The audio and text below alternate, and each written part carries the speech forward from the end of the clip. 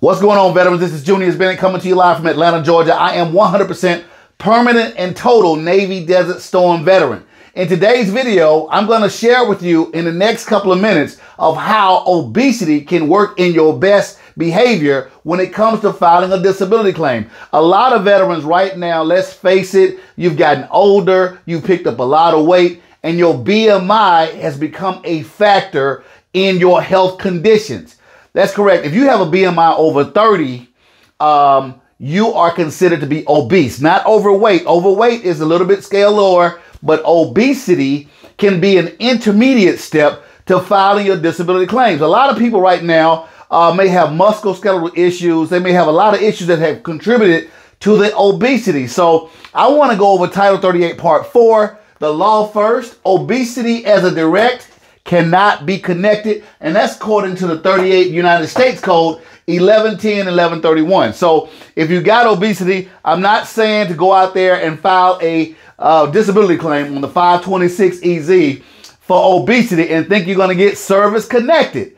No, I did not say that. So obesity cannot be claimed as a disability on a secondary either unless you can provide the medical rationale. So let's move right along. Under Title 38 CFR 3.310 A and B, obesity can come into play on a secondary claim. I repeat, obesity can come into place on a secondary claim. Now, a lot of times when you go to see these doctors, they say you got sleep apnea, and that's caused by being overweight, right? So I want you to go a little step further. I'm going to give you an example of how obesity can come into play and help you file a high-value claim. Now, a high-value claim over here in New Life Veterans means you're at least 80 to 100%, okay? That's when it really matters. And in my opinion, I would want you to have an even higher mindset, a 90% or better mindset when it comes to high-value claims. Now, I'm going to give you an example where a veteran claims service connection for hypertension because his service-connected back has caused obesity. Let's stop right there. He's service-connected on his back. He has a cervical or lumbar strain on his back, and it has caused him not to work out in the gym anymore. Let's face it, as you get older, the less you see older people in the gym. And I don't know what those reasons are, but a lot of people are not going to the gym. But when you pick up weight with a BMI over 30 and above, that back can cause hypertension.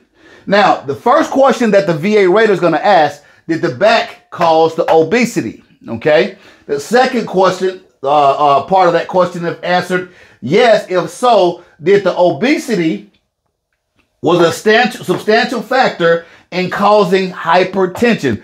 The disability that's in question today is they're filing a claim on a 526Z as an original claim for hypertension. They're already service connected for back at maybe 10%. Okay. They've been service connected for their back for 10 years, and now they're trying to submit a new claim for hypertension. Now, the third thing the VSR is going to write, the rating VSR, is if the hypertension would have not occurred but for the obesity caused by the back.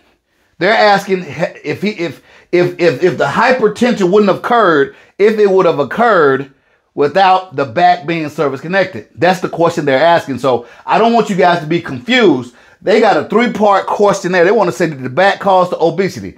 9 times out of 10, the back caused obesity because it's not working out. So was the obesity from the back not working out a substantial factor in causing hypertension? Yes, studies have shown obesity causes hypertension. If hypertension would have not occurred, but for the obesity caused by the service connection, all three of these questions are yes. All right, so we are already going to talk about hypertension being secondary to the back. You're going to find a court case with hypertension secondary to a musculoskeletal issue. Is hypertension the only thing, ladies and gentlemen, that you can connect for obesity? No. We know for a fact that we got sleep apnea, okay? Sleep apnea. Let's give an example on sleep apnea. I'm not going to go through all the 3 what ifs, but we're going to go with example of sleep apnea That's the new claim, sleep apnea. Because they're already saying obesity is a known factor for sleep apnea, right? When you go to an ear, nose, and throat doctor, they say you being overweight. Well, what can cause the obesity in causing the sleep apnea? So the sleep apnea can be secondary to what? Can we name something? It can be secondary to PTSD. Now, juniors, you're probably asking, why would it be secondary to PTSD? Well, if you're dealing with stress and you're dealing with traumatic events and you're not sleeping properly, you're not having a proper rest, wouldn't it make sense that you're not motivated to go to the gym as well? So you not working out can cause the obesity, and the obesity can cause the sleep apnea, right? Now, here's the kicker. You cannot make that lay statement yourself and make it stick. The only person that can do that is a specialist. A specialist. And ladies and gentlemen, at the New Life Veterans Insider Program, we have ear, nose, and throat doctors.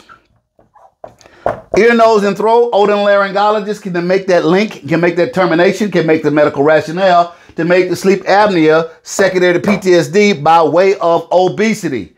If you don't know what your BMI is, you can go to the Center for Disease Control website, or you can just type in BMI calculator. You put in your height, your weight. Sometimes they ask for your sex, and you can find out what is your obesity or your BMI for that matters.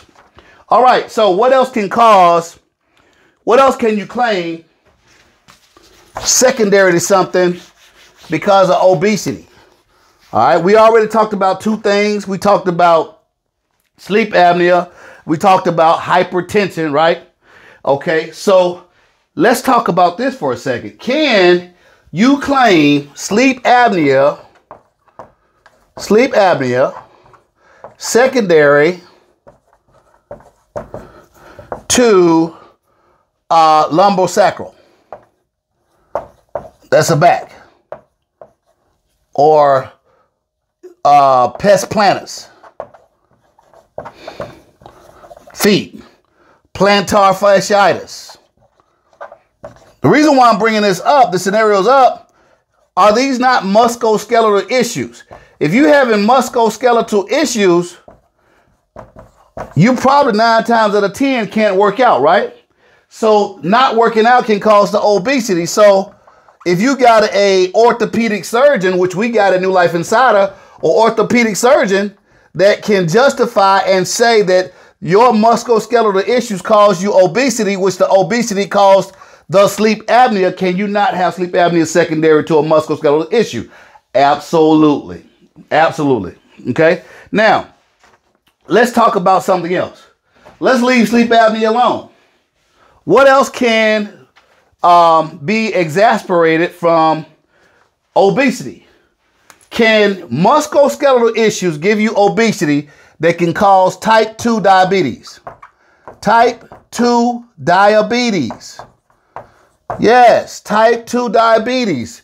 That's a conduit. Obesity is a intermediate step, as the VA call it, to a lot of different things. So you can claim type 2 diabetes secondary to musculoskeletal. Now, we do have ear, nose, and throat doctor have been able to link type 2 diabetes to something else. Let's do this. You got the musculoskeletal issues secondary to the obesity, and something happened in between the obesity. You got an overnight sleep study, and you got a CPAP issue. So now you got 1, 2, 3 service connections because of obesity. I hope you guys are getting this thing a breakthrough. I hope you're getting a breakthrough, because I want you guys to flat out max out your VA disability claim. The reason why I want you to max out your obesity claim is because the income sources of elderly people are very small.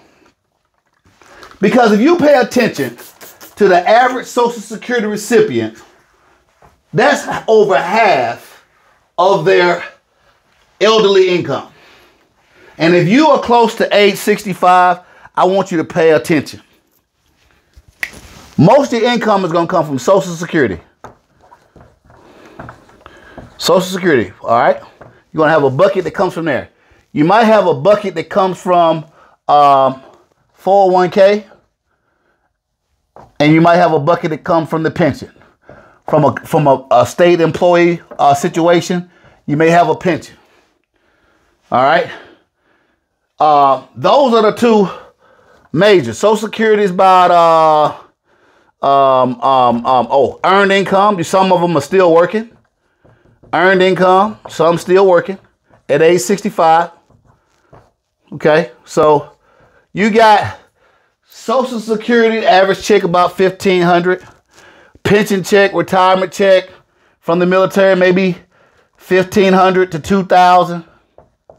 All right, you start working, you're still working. I wouldn't want to work at 65, so let's say you make another $2K there.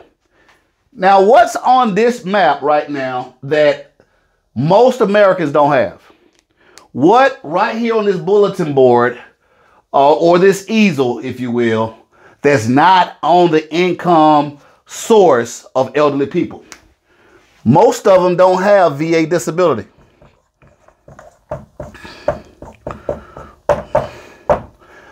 Most of them don't have this.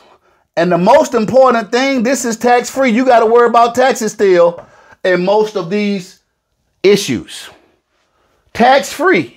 If you focus on secondary claims and intermediate steps like obesity, you can get a high value claim and get to 100%. Am I right?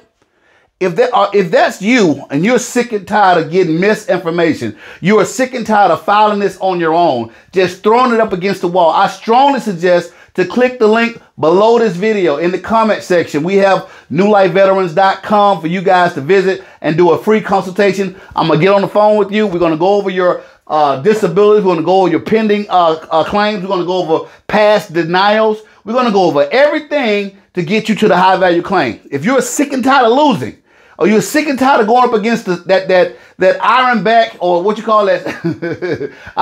I like that big gorilla. What they call forgot what it was called, but you know what I'm talking about. The big gorilla in the room is the CMP examiner and losing it. If you're sick and tired of that, I want you to stop watching and start typing newlifeveterans.com, and I want to welcome you to the New Life Insider program. Talk to you soon.